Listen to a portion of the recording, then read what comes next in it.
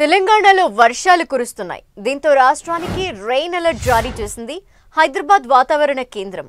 నైరుతి రుతుపవనాలు తిరిగి చురుగ్గా మారటంతో రాష్ట్ర వ్యాప్తంగా విస్తారంగా వర్షాలు కురుస్తాయని ప్రకటించింది.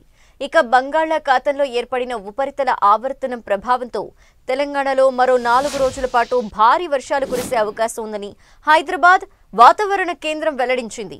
ఈ భారీ వర్షాల హెచ్చరికల నేపథ్యంలో ప్రజలు అప్రమత్తంగా ఉండాలని సూచించింది.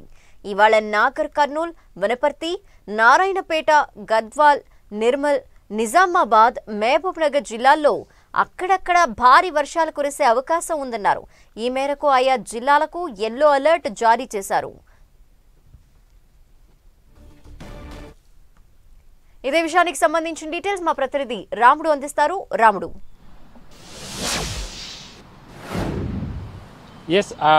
రాష్ట్రంలో విస్తారంగా వర్షాలు కురిసేటువంటి అవకాశం ఉందని హైదరాబాద్ వాతావరణ కేంద్రం తెలిపింది. ప్రధానంగా మనం చూస్తే కొంత మొదట్లో అంటే ముందుగానే ఋతుపవనాలు వచ్చాయి, నైరుతి ఋతుపవనాలు. ఆ తర్వాత కొంత గ్యాప్ ఇచ్చింది. ఆ తర్వాత మరొకసారి వర్షాలు ప్రారంభం కావడం జరిగింది. 2 రోజుల క్రితం హైదరాబాద్ నగరంలో దాదాపు 14 సెంటీమీటర్ల వర్షపాతం పడింది. రాష్ట్రంలోనూ వివిధ ప్రాంతాల్లో కూడా అదేవిధంగా పలు ప్రాంతాల్లో ఓ మోస్తారుగా వర్షం పడగా మరికొన్ని ప్రాంతాల్లో అయితే భారీగా వర్షపాతం అయినటువంటి పరిస్థితి ఉంది.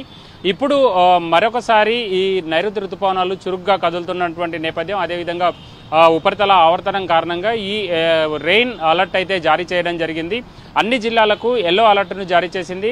రాగల 4 రోజుల పాటు తెలంగాణలోని అనేక జిల్లాల్లో వర్షాలు కురిసేటువంటి అవకాశం ఉందని హైదరాబాద్ వాతావరణ కేంద్రం తెలిపింది. ప్రధానంగా కొన్ని ప్రాంతాల్లో మోస్తారుగా వర్షం పడుతుండగా మరికొన్ని ప్రాంతాల్లో మాత్రం 8, 9, 10 సెంటీమీటర్ల వరకు కూడా భారీ వర్షాలు నమోదవుతున్నటువంటి పరిస్థితి ఉంది. ఇక సిటీలో హైదరాబాద్ నగరంలో నిన్న సాయంత్రం పలు ప్రాంతాల్లో మోస్తారుగా వర్షం కురిసింది. ఎక్కడైతే భారీ వర్షం పడిందో ఆ టైంలో మాత్రం ట్రాఫిక్ ఇబ్బందులు కొనసాగుతున్నాయి. ఇక భారీగా వచ్చేటువంటి ఈదురుగాలుల కారణంగా కూడా ఇటు జిల్లాల్లోనూ అదేవిధంగా నగరంలోనూ చెట్లు నెలకొరుగుతున్నటువంటి పరిస్థితి. అంతేకాకుండా విద్యుత్ అంతరాయం కూడా ఉంటుంది. చాలా వేగంగా అంటే భారీ వర్షం కురిసినప్పుడు విద్యుత్తును పూర్తి స్థాయిలో విద్యుత్ అధికారులు నిలిపివేస్తున్నారు. అంతేకాకుండా ఎక్కడైనా చెట్లు ఇరిగి పడిగిపోతే మాత్రం అక్కడ విద్యుత్ పునరుద్ధరణ మరింత ఆలస్యం అవుతున్నటువంటి పరిస్థితి ఉంది. ఈ నేపథ్యంలోనే వివిధ విభాగాలకు సంబంధించినటువంటి అధికారులంతా కూడా అలర్ట్గా ఉండాలని ప్రభుత్వం వారికి ఆదేశాలు జారీ చేయడం జరిగింది. అదేవిధంగా వాతావరణ శాఖ కూడా పౌరులకు అవసరాన్ని బట్టి వర్షాలు భారీగా ఉన్నప్పుడు బయటికి రావద్దంటూ కూడా వాతావరణ శాఖ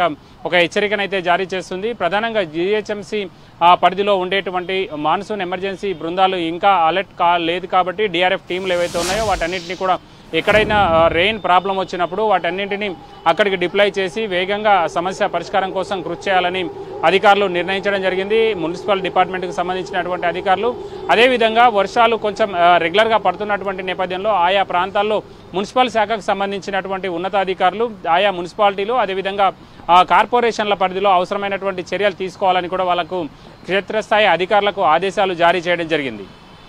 రాముడు, హైదరాబాద్ లో స్పెషల్ గా చూస్తే ట్రాఫిక్ జామ్ అయిపోవటం, వర్షం పడితే అలాగే రోడ్లపైన నీరు నిలిచిపోవటం వంటివి చూస్తూ ఉంటాము. మరి సీజన్ స్టార్ట్ అవుతున్న నేపథ్యంలో ఇప్పటి నుండే ఎటువంటి జాగ్రత్తలు తీసుకోవాలనుకుంటున్నారు ఈ విషయాలకు సంబంధించి?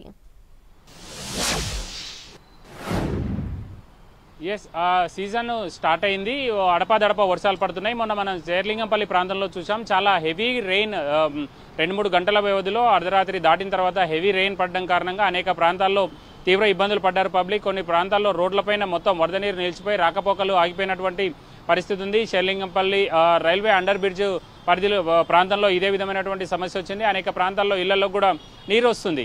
అంతేకాకుండా రోడ్డు మీద సగం వరకు నీళ్లు నిలిచిపోవడంతో చిన్న వాహనాలు ఒకవైపు నుంచి వెళ్ళేటువంటి పరిస్థితి ఉండడం కారణంగా అక్కడ ట్రాఫిక్ ఇబ్బందులు చాలా ఎక్కువగా కొనసాగుతున్నటువంటి పరిస్థితిని చూడొచ్చు మనం. అలాంటి సందర్భాల్లో అవసరమైనటువంటి జాగ్రత్తలు తీసుకోవాలని అధికారులు ఆదేశాలు జారీ చేశారు. ప్రధానంగా ఇటు హైడ్రాకు సంబంధించినటువంటి విభాగం అన్ని విభాగాలతో అందరి అధికారులతో సమన్వయం చేసుకోవాలని కూడా వాళ్ళకు సూచించడం జరిగింది. ప్రధానంగా ట్రాఫిక్ ఇబ్బందులు రాకుండా అవసరమైనటువంటి జాగ్రత్తలు తీసుకోవాలి. ఎక్కడైనా చెట్లు కూలిపోయినా వెంటనే సమస్య పరిష్కారం కోసం కృషి చేయాలని ఆదేశాలు జారీ చేశారు. ఓకే, థాంక్యూ రాముడు.